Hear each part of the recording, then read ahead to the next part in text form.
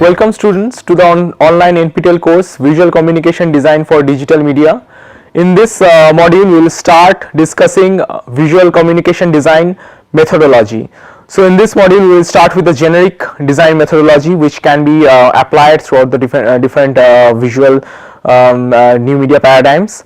But there are different media paradigms, for example graphic design, packaging design, branding, visuals of web design and animation or game design. Each and every design process has its unique methodology which we will discuss in the from the next module onwards later. But here we are discussing a generic design methodology which we follow in today's time.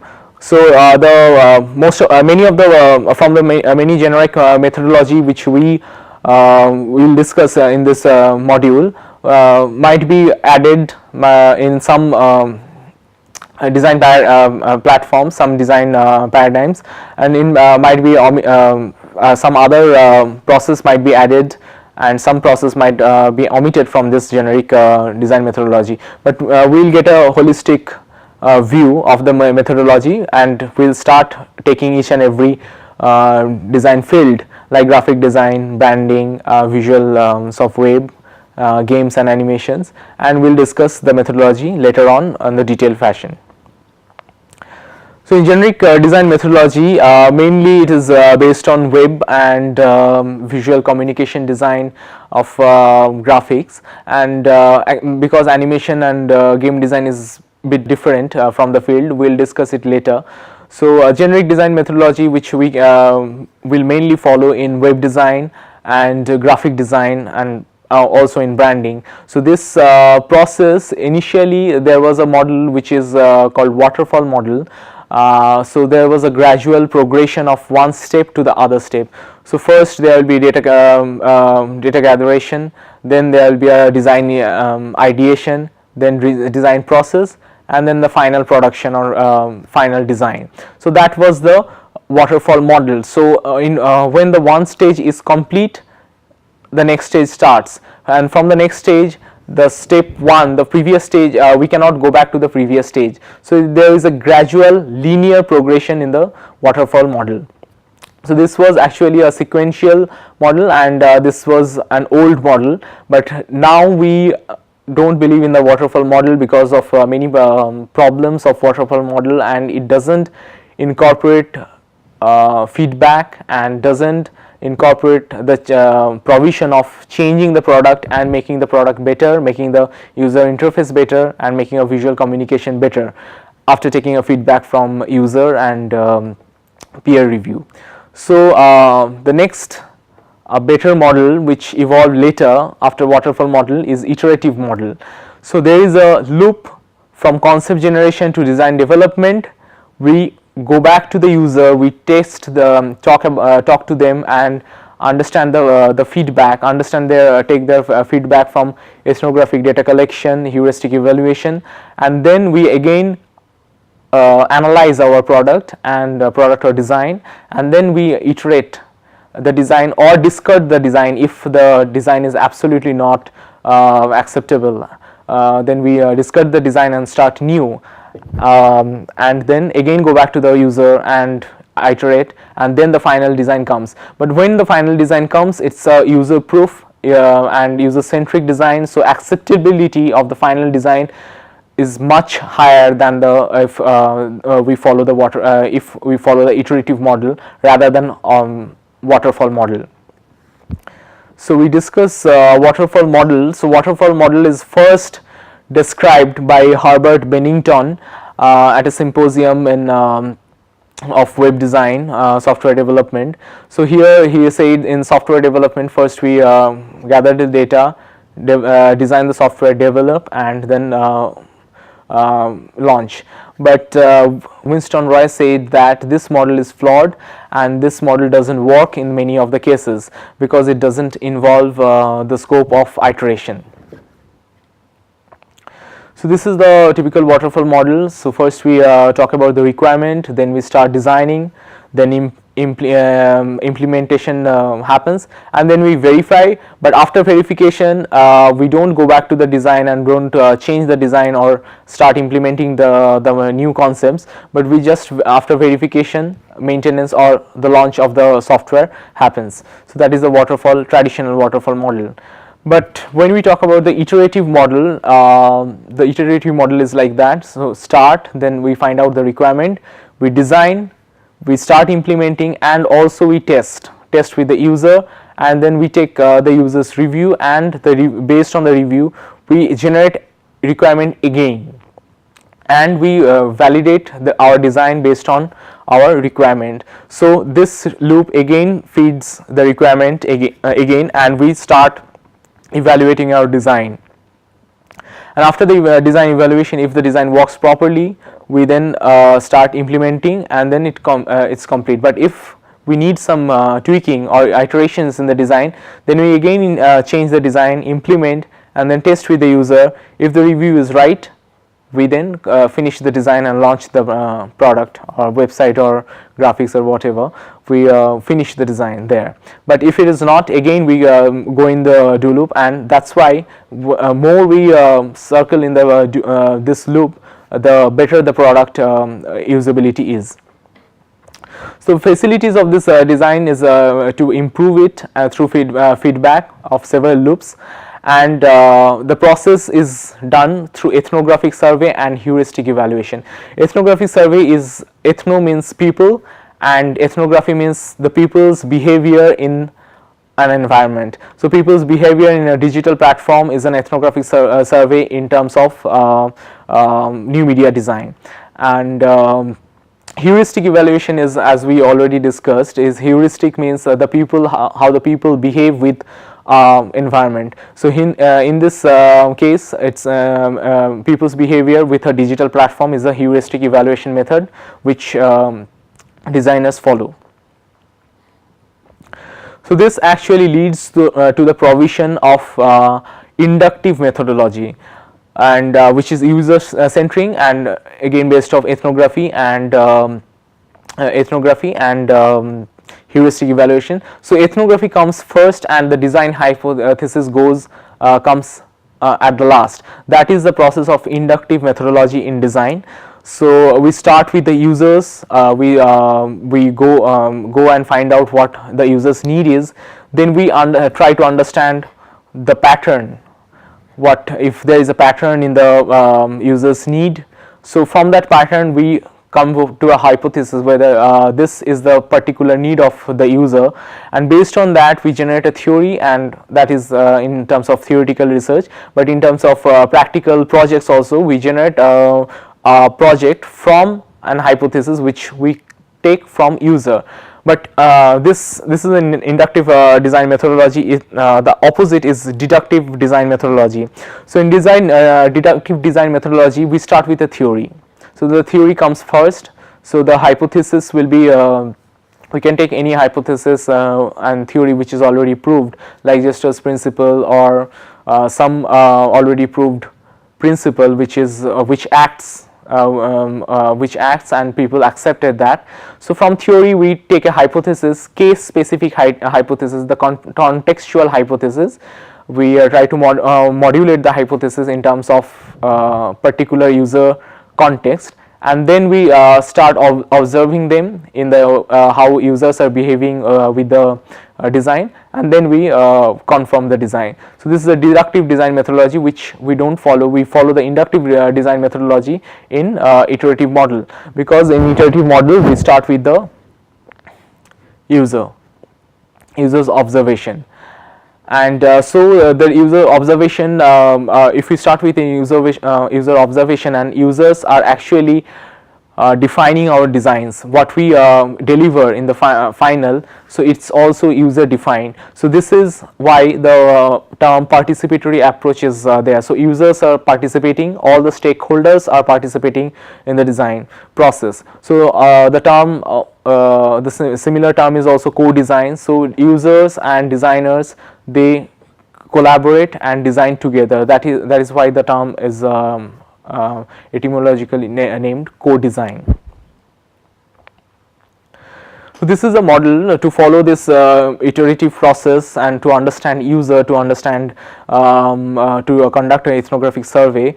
Donald Norman, the famous designer, he wrote in this in his book Design for Everyday Thing. This is a conceptual model he have provided. So the system image or the final design should cater to the user's mental model, what users are thinking in terms of what users perception is on the design, that has to be catered to, and then designers conceptual model should match with the users model. That's why designers should understand what users are thinking, and that they should provide in the system image, and from that also the system image again communicates some information to the user. So there is a visual communication happening to the users as well, and user also understand the readjust with their mental model.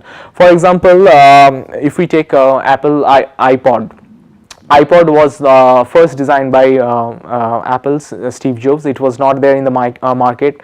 The concept was absolutely new. So designer perceived something and the system was there first, and then the user started perceiving what iPod is, and then many other company launched similar product, and because user already created a mental model after seeing what iPod is after iPod launch in the market.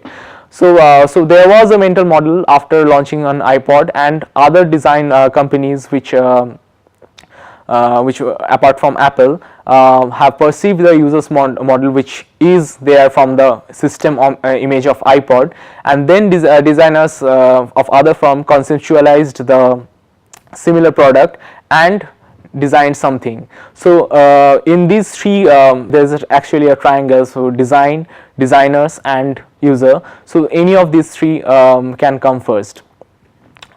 The design should be preceded by designer's conceptual model, but user's mental model and designer's conceptual model, in these two, any of these two can come before other. So heuristic evaluation, if we discuss it further, it's a documenting and analyzing the spontaneous interaction between user and the design. So user and in the environment of design, how they are freely interacting, that is the process of heuristic evaluation, the documentation of heuristic evaluation. So another model, this is called double diamond model. This is also proposed by Donald Norman, and this is detailed in his the same book, Design for Everyday Thing. But this model is first initially proposed by British Design Council in 2005. So, and Donald Norman have iterated it and presented it in a different way. So this model, actually the diagram looks like two diamonds, that's why the name is double diamond. The first phase, the first diamond is finding the right problem. What he says, finding the right problem is actually solves half of the solution. Then finding the right solution becomes much easy if you find the right problem, because that is what we should understand from ethnographic survey or user study. And then if we find the right problem, we we go to the next phase, which is finding the right solution. So in the finding the right problem, again we have two different stages in finding the right problem, and here in this axis it is time is plotted in x-axis, in y-axis alternative, design alternatives or the problems alternatives design is plotted. So in the first diamond, we in the problem identification diamond, we have first divergence. So the first divergence is called discover. We start discovering what are the problems. What are the problems user face. What are the different scenarios users go through in the while interacting with a particular website or particular product. So we explore each and every possible things. So that is why we go divergent. So we think about all different possibilities of problem.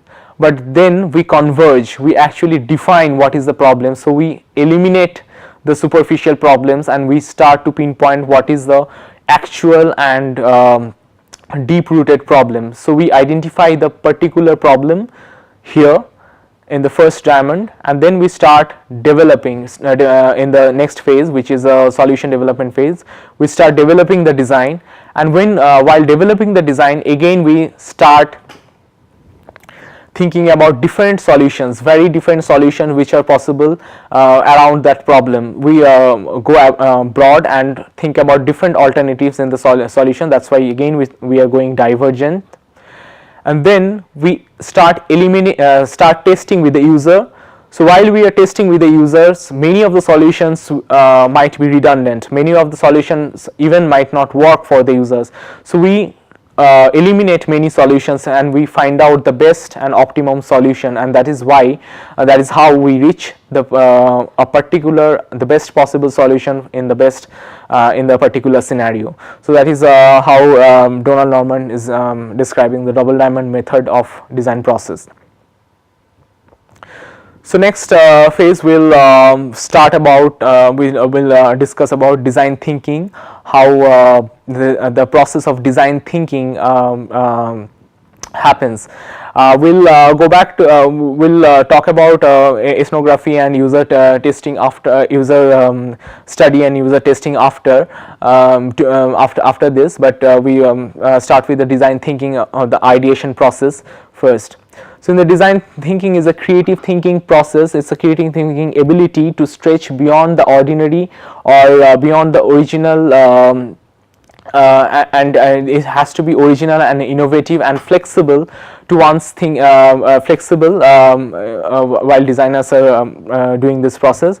For example, creating a mnemonic device which is a aid to memorize thing is one way of thinking creatively. So connecting unrelated things with a single visual is also a process of design thinking. So in the design thinking can be of different ways. It can be associative, it can be metaphorical, it can be elaboration of one particular idea, and it can be imaginative, and we go into a different dimension in imaginative thinking. So associative thinking is actually recognizing commonalities in different different things. For example, we see leaf is green, and we see color of a logo which is also green. So we associate a logo which looks like a leaf, and then we start generating a logo which gives a sense of leaf by having a similar kind of color, a similar kind of shape, but which essentially is not exactly a replica of a leaf. That is how we associate, and association again can be done in terms of elements and principles of design. So elements of designs are again color, texture, shape, and all these things. We can borrow texture and color from different elements and we can associate them. And principle of design like unity, rhythm, we can associate different elements like if they are composed in a rhythmic fashion, if they are also united in a composition. Then it can be metaphorical thinking. Metaphorical thinking, like if we start thinking, decipher a particular object metaphorically. For example, if we think about a term sand, if we want to design some graphics which evokes a sensation of sand, we can think about the attributes of sand. It can be dry, it's grainy, it's yellow. So we start metaphorically from sand and we can go into dry, yellow, grainy, and all these kind of different adjectives. And elaborative or and modification, this is another way of thinking. So we start elaborating a particular object. Suppose we start any object which is designed by man, for example a building, which can we start elaborating each and every function, each and every elements of a house or building. Like for example, window, door, brick, we start from a brick and we again elaborate. We start from each and every element like door, fenestration, space, and we again start elaborating. From space again we can connect with the space of extraterrestrial space, and again we can go imaginative from that. So design thinking is actually a process of taking one thing and going thinking about all the associated adjectives products associated to that. So this is actually caters to the helps in the double diamond methods design solution finding, when we have to find out lot of different alternatives, lot of different solutions, lot of different variants for coming up to multivariate design solutions. Then we this process of design imaginative elaborative design thinking helps. It can also imaginative, we can jump from one thing to absolutely a different thing very intuitively. So the tools of design thinkings we'll discuss. So the one tool is brainstorming. This is a very popular tool, and where this is first described by Alex Osborne.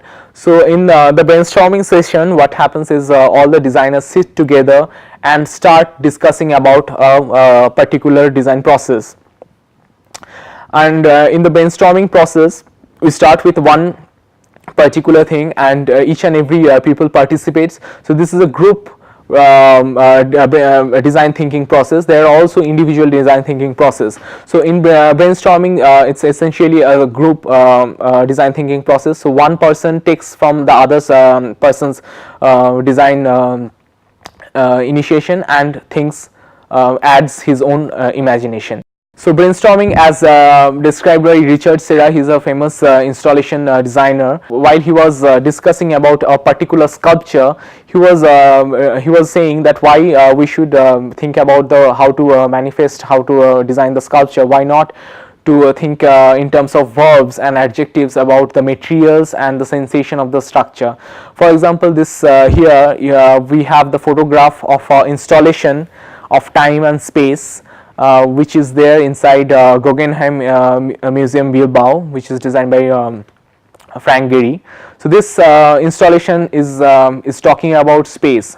So here in this installation, if we see this installation, in one installation, the space within that, the cross section is fixed. In one installation, the base of this path is fixed. In one installation, the top part of the part is fixed. So what he is talking about here is the perception of people inside a inside a moving inside a movement space.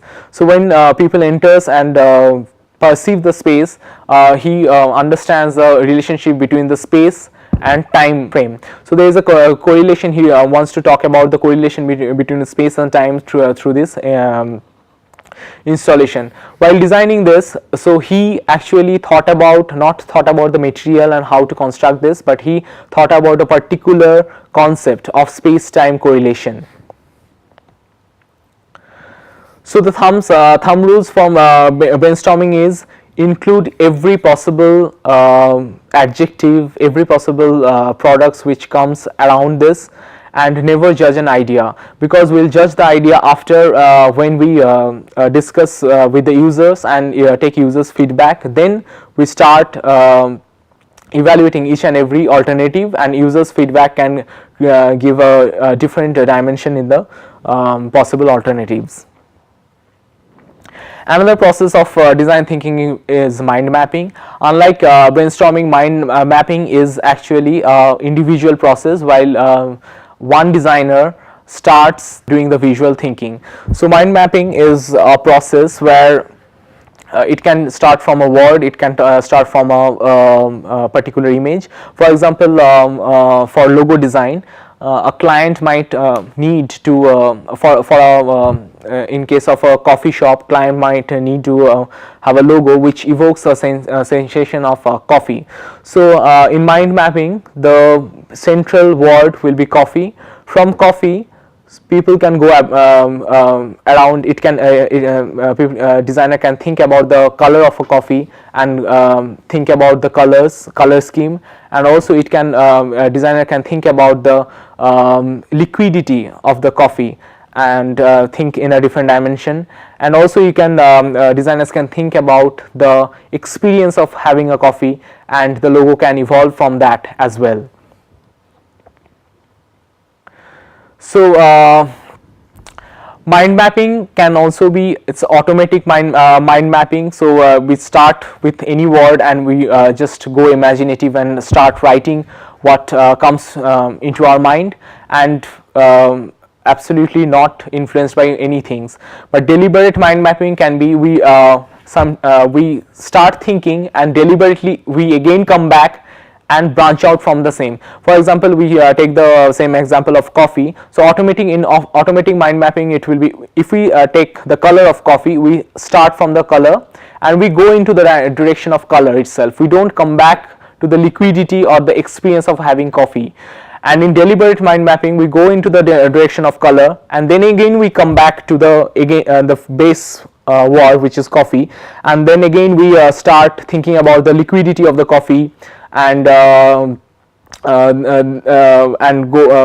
imaginative. Again we come back to the coffee and we can also think about the experience of having coffee, and then again we start mind mapping. So this is actually a process. So in a automatic mind mapping, we start from one and we just branch out and go, and we don't come back to the word. So this yellow part is actually what automatic mind mapping. But in deliberate mind mapping, we start branch out from one side and then again we come back, then we start branching out from this main word again.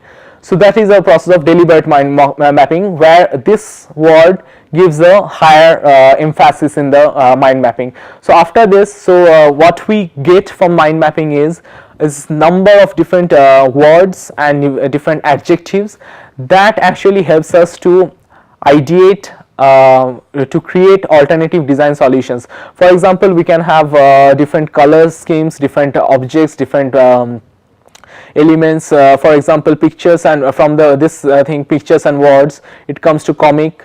It also comes to infographics, and many other things. It can, in some path it follows and it goes to Mars again. So there are a lot of different, it again goes to collage and many other. So what we get as our inspiration board is a lot of different assortments of words, different adjectives, which actually helps us to ideate different design concepts.